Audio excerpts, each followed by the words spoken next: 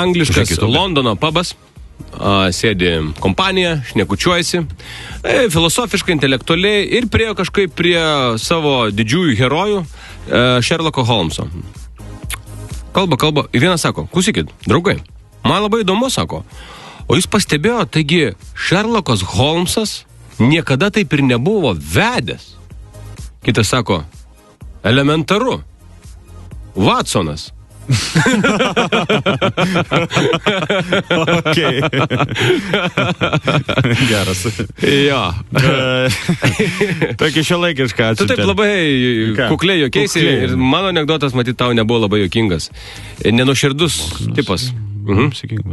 Gerai. Senyvos močiutės nuomonė apie Skype.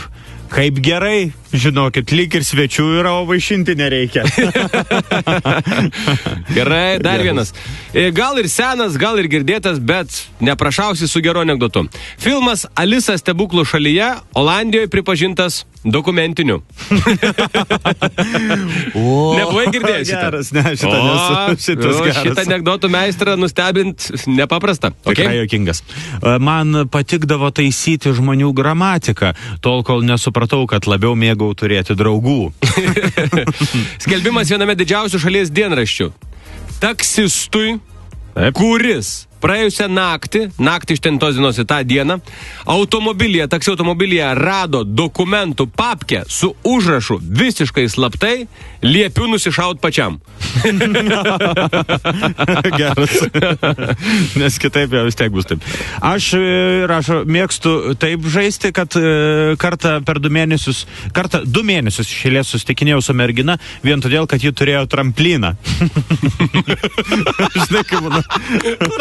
Arba šokdynė tą. Taip, namą, pažiūrėjau, su pieva, kur grilinu, žinai, kad taip smagu būtų. Vasarai, pavyzdžiui. Tris mėnesius pragrilinį, paskui palieki. Tai gal pas mane. Ir tada mergina, kuri turi bėgimo takelį, nes jau rudenį reikia užsimti ir tu. Dar vienas anekdotas, dėmesio.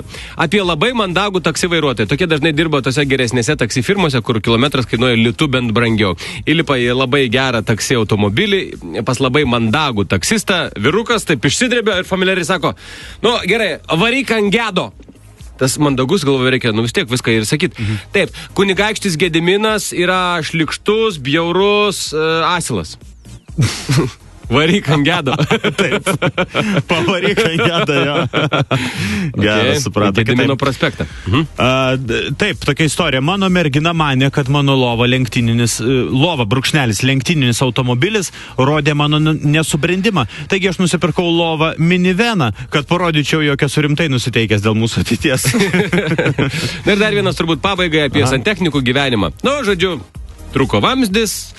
Moteris nežino, ką daryti, reiškia, skambina santechnikui, atvaro visai nieko santechnikas, toks šiek tiek pasidarbuoja ir viskas sutvarko, ačiū Dievui, niekas neužlieta, viskas ramiai, jau kaip ir reikia prasišluot, prasivalyti, ir kažkaip tai moteris kaip ir dėkinga tokia, santechnikui sako, o sakykit, man visą laiką būdavo įdomu, sako, kaip jūs pasirinkot santechniko, sako, profesiją, ar galit pasakyti?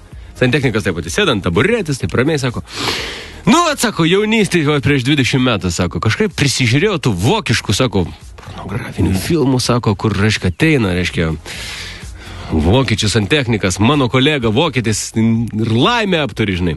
Ir ta sako, ir kaip, sako, kaip susiklostė? Kaip, sako, pasisekė tik vieną kartą su tokia pobaise, bet ir ta mano žmona tapo.